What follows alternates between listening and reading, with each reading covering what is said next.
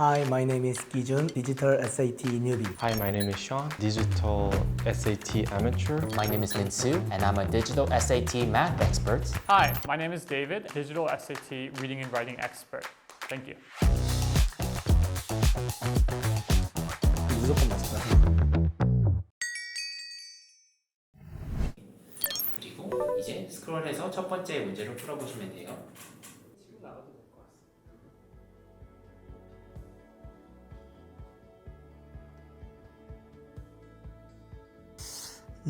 단어는 쉬운 것 같긴 한데 해석이 잘 안 돼요 지금. 그냥 할 수 있을 것 같아요.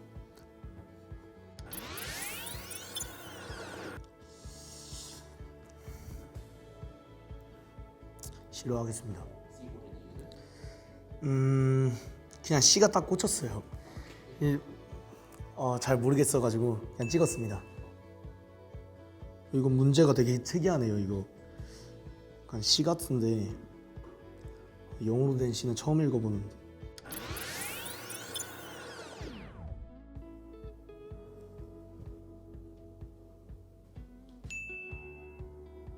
오케이, 바로 풀었습니다. A.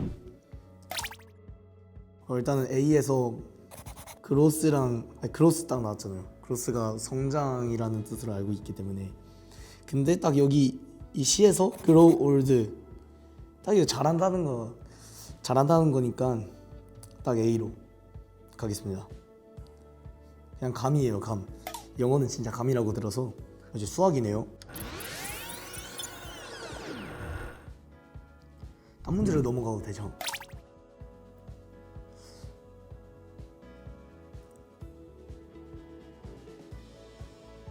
다시 그냥 넘어가겠습니다. 너무 어려워요, 저거는. 175%니까 100분의 25 약분돼서 4분의 1 곱하기 3 C네요. 오, C라고 생각한 이유.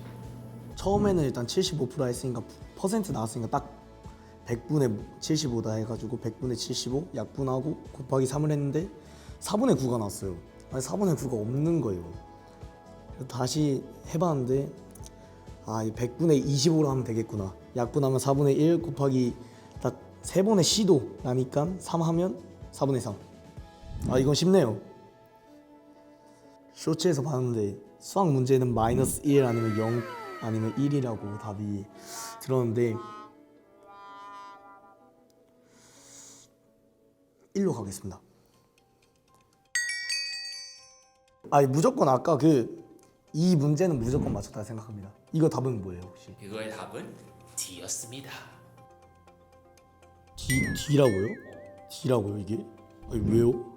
왜인지는 나중에 설명을 참고해서 들어보십시오. 이게 그냥 실제로 나온 SAT 문제. 실제로 나는 SAT 스타일의 문제. 아직 많이 영어가 부족하다 하는 생각이 계속 드네요.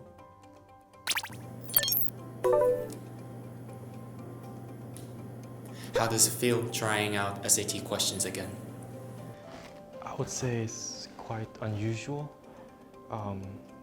My last SAT was like almost around 5 years ago, so it's been quite a while. And I'm also curious to see how much level I'm at.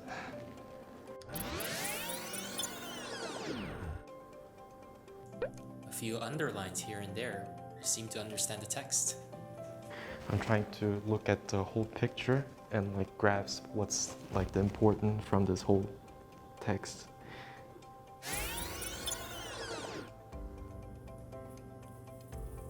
I see a slight tick mark in C. Are you still I'm unsure? still on like contemplation between those answer choices, Yeah. but C probably the strongest answer, I would say. But still figuring out. Okay.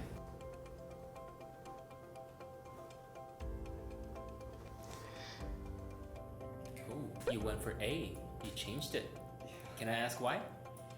I changed to A because on the text it's not like saying straightforward like the number of the days with snowfall was less in 1980 than 1950, but I just read from the text there is something like explaining about the number of days, how much snowfall they had. So I just chose to A. I think A is probably the closest overall structure of this text. And the reason being?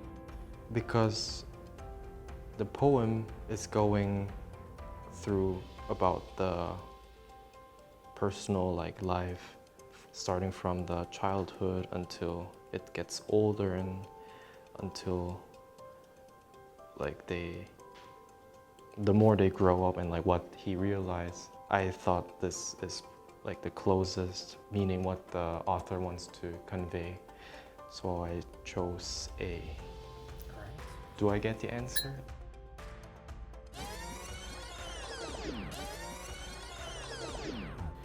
I mean, the question itself looks easy. I used to do the similar type of questions when I was in high school. So I'm trying to rewind my memory.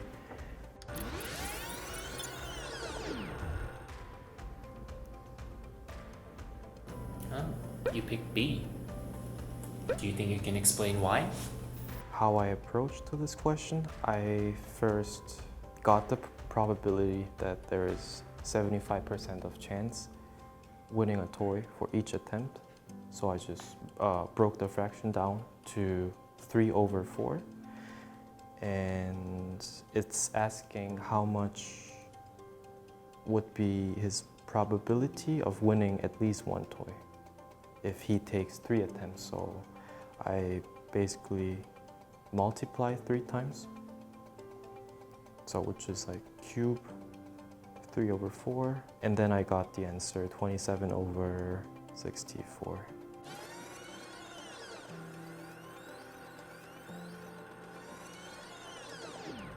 I basically it's a hexagon. There's six identical sides on a shape.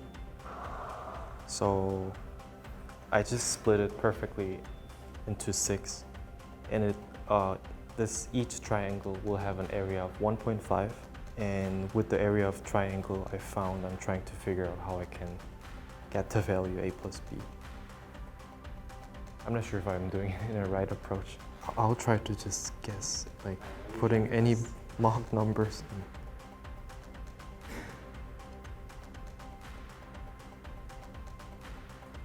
I think I can't really find the answer. I'll just go for 4.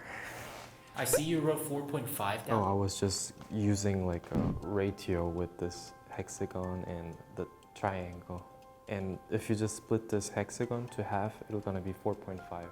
The area will be 4.5. So I was trying to swap some numbers and to see if I can try to solve it. Yeah, but I would just go for 4. There's no clear solution behind.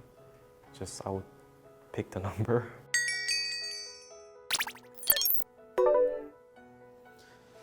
So with the first math question, what the question is asking here is they're asking to find a probability of winning at least one toy. And this is a scenario where David takes part in an arcade game where he has a 75% chance of winning a toy for each attempt, and he takes part in 3 attempts. So we first know that the probability of winning a toy is 75%, which is 75/100. This is equal to 3/4. So we know that when he tries the game once, he has a 3/4 chance of winning a toy. Now, he takes part in 3 attempts here, but when we read the question carefully, the question is asking us to find the probability of winning at least one toy. This means we have to consider winning 1 toy, 2 toys, and 3 toys. Now, you could technically calculate all three, but this is a tedious work and it would waste a lot of your time. What you would do here instead is to think the opposite of what the question is asking. So, if the question is asking us to find what's the probability of winning at least 1 toy, what's the opposite of that? You would have to find the probability of not winning the toy. Once you find this probability, you would take 1, which is the total probability, and minus the probability of not winning toy, and that would be your final answer. So let's try and work that out. So we have to find the probability of not winning toy, and we know that the probability of winning a toy at 1 attempt is 3/4. So the probability of not winning toy in 1 attempt is going to be 1/4. So probability of not winning toy for 3 attempts is going to be 1/4 times 1/4 times 1/4. That would be 1/64. And like I mentioned before, we're asked to find the probability of winning the toy at least once.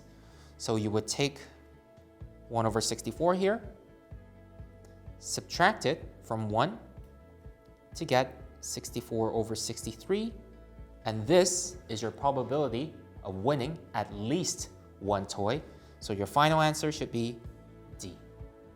Now the next question here is a bit of a complicated question with regular hexagon and a triangle. Now, the SAT formula booklet doesn't mention anything about regular hexagons, but we can identify the length of Z here with a few clues given in this question. So the area of the regular hexagon is 9 centimeters squared. Because this is a regular hexagon, we can divide this regular hexagon into 6 equilateral triangles, meaning each equilateral triangle would have an area of 1.5 centimeters squared. So now that we have an equilateral triangle with an area of 1.5 centimeters squared, we are supposed to find the length of the side here so that we can use it to calculate the area, calculate the length that's on the right angle triangle here. So what's the length of the side of an equilateral triangle? Well, if we look at this equilateral triangle, each side is 60 degrees. Let me make this diagram slightly bigger. If we were to cut this equilateral triangle in half, we would get a right triangle that has 60 degrees, 30 degrees, and 90 degrees. If you know the property of 60, 30, and 90 degree triangles, we know that if the shortest length, which is where 60 degrees is at, is 1, the length of the other leg is going to be √3, and the length of the hypotenuse is going to be 2. It follows this 1 to √3 to 2 ratio. So if the length of the side is S, if the length of the equilateral triangle is S, the length of the shortest side, which is half of the side, so that's going to be half S here, and the height here is going to be the shortest length here multiplied by the rate that we mentioned before, which is √3. So it's going to be √3 over 2S. Okay.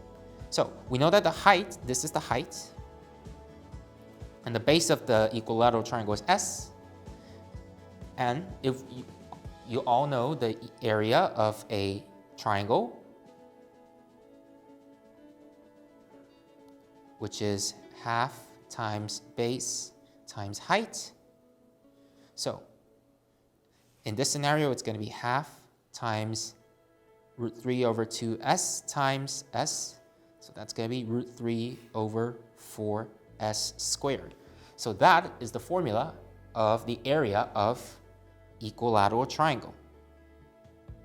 Because we know that the area of a single equilateral triangle that's been divided is 1.5, to find the length of the side, we can say 1.5 is equal to √3 over 4S squared. So by doing that, we can get 6 equals √3S squared. S equals to 6. S squared equals 6 divided by √3, which is, if you do rationalization, it's going to be 6 √3 over 3. So it's going to be 2 √3. This is a short piece of working, so we just got to get step by step. We mentioned that s squared equals 2 root 3. So s is going to be 2 root 3 rooted. Now we're going to keep this because we're going to move on to this triangle here. Now, we've mentioned that this hexagon is an equilateral triangle. So it's going to be 60 degrees here, 60 degrees here. Meaning that the remaining angle here is also going to be 60 degrees because angles in a straight line is 180. And then you realize this is a right angle, this is 60 degrees, this is going to be 30 degrees. So then again, this is another triangle where it follows the 1 root 3 2 principle. And the length z here is the hypotenuse, which is always going to be double the length of the shortest length here. So whatever length that you find here, s, the z value here is going to be 2s. Because we know that s is equal to this value, our z is going to be 2 times this value that's been given here. However, this question asks us to find the value of z as 2 to the power of a times 3 to the power of b. So we have to convert this root into a index form. So how do we do? First we look at root 2 root 3. This is going to be same as 2 root 3 squared powered by half, because powered by half means the same as roots. We can convert this into 2 to the power of half times 3 has been rooted again, so 3 to the power of half to the power of half. Converting this, let me just write here again.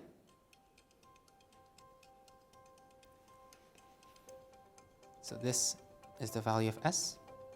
We write down here, but z is 2 times s. So it's 2 times 2 to the power of half times 3 to the power of 1 over 4, because when you multiply when indexes are powered by each other, you multiply the indexes. So you're going to left with 2 to the power of 3 over 2 times 3 to the power of 1 over 4. So they mentioned that a and b are both rational numbers, which means both numbers should be in fraction. We do have it here. Both numbers are in this fraction. So we get a equals 3 over 2, b equals 1 over 4. Therefore, a plus b equals 3 over 2 plus 1 over 4.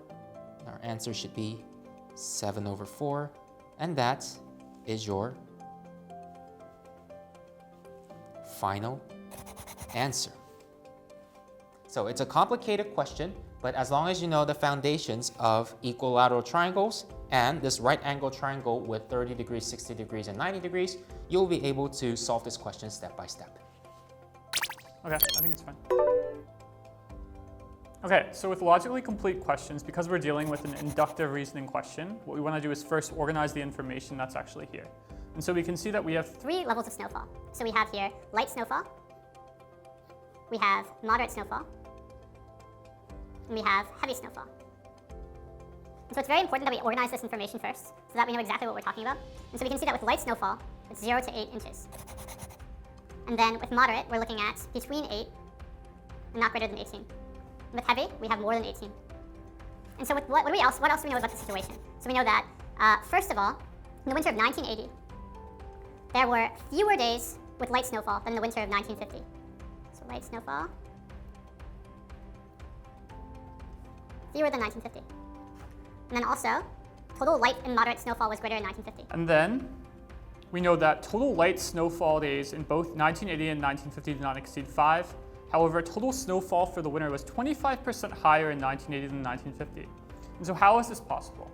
We know that there must have been a lot of heavy snowfall in 1980. And now, looking at the answer options, we can see that each of them look like potentially tempting answers, but looking at B and C here, so B reads the count of days experiencing some snowfall but not exceeding 18 inches matched between 1980 and 1950. That directly disagrees with what the passage is saying, and so we can eliminate it. Looking at C, the tally of days with some snowfall capped at 18 inches was greater in 1980 than 1950. We know that also that disagrees with the passage, so we can eliminate it. And so we're between A and D. And so looking at A looks like an absurd answer. The number of days with heavy snowfall was less in 1980 than in 1950. We know that we're expecting 1980 to have more snowfall on the heavy side than 1950. And so how in the world would it be possible for the number of days with heavy snowfall being less in 1980 than 1950? There's one solution. Let's say that we have one day in 1980 with heavy snowfall, and it snowed an extreme amount, like a blizzard. Let's say it snowed 100 inches in 1980. And then 1950, there were a couple days with heavy snow, but it was like 20 inches, for example. In this case, what we have is, even though it only snowed one day of heavy snow in 1980, if we had an extremely high amount of snow, it would be theoretically possible for the number of days with heavy snowfall to be less than in 1980 and 1950. And so for that reason, A would be our answer here. Okay, moving on to the next question here, we can see that we're dealing with a poem. And the question is asking for the overall structure of the text. And so what we know immediately is that we need to understand what is happening throughout this poem. So my first step here would actually be to look at the answer choices and see how different they are. And so looking at the answer choices, we can see that each answer choice, A, B, C, and D, are completely different in terms of what they're saying. And so knowing this, what I can infer is I only need to read a couple lines of the poem in order to get a good idea of what the poem is about and what the overall structure should be. And so looking at the poem, it says here, "My heart leaps up when I behold a rainbow in the sky." Essentially, when I see a rainbow, I'm excited. "So was it when my life began, and so is it now am I a man. So I felt this emotion no matter when I was a child or when I was an adult. And so be it when I shall grow old or let me die. The child is father of the man, and I could wish my days to be bound each to each by natural piety." And so essentially what they're talking about here is it doesn't matter whether I'm a kid or whether I'm an adult. I have this sort of consistent emotion and experience no matter what stage of life I am. And so it's not narrating the story of a life from childhood through to adulthood. And so we know that A doesn't make sense here. Looking at B, it's not contrasting youth and old age. It's actually drawing a parallel between them, and so B doesn't work. Making an extended reflection on the continuity of personal experience and emotion across a lifetime. So here's the key word, continuity, the fact that adulthood and childhood are nearly the same. And so we know that C must be the answer here. In terms of why D doesn't make sense, it says it describes a series of unrelated events showing how they randomly affect the speaker's mood and outlook. So there's no random events that happen throughout this poem, and so we know that D doesn't make sense, leaving us with C as the answer here. Want to experience more in-depth, high-quality answer explanations for high-quality digital SAT preparations? Check out TestCube for high-quality digital SAT practice materials along with video explanations through the link below. Sign up for TestCube and try out our first free practice trial right away. Hope you enjoyed this video. If you liked it, make sure to leave a like and subscribe to the channel. Until next time, goodbye!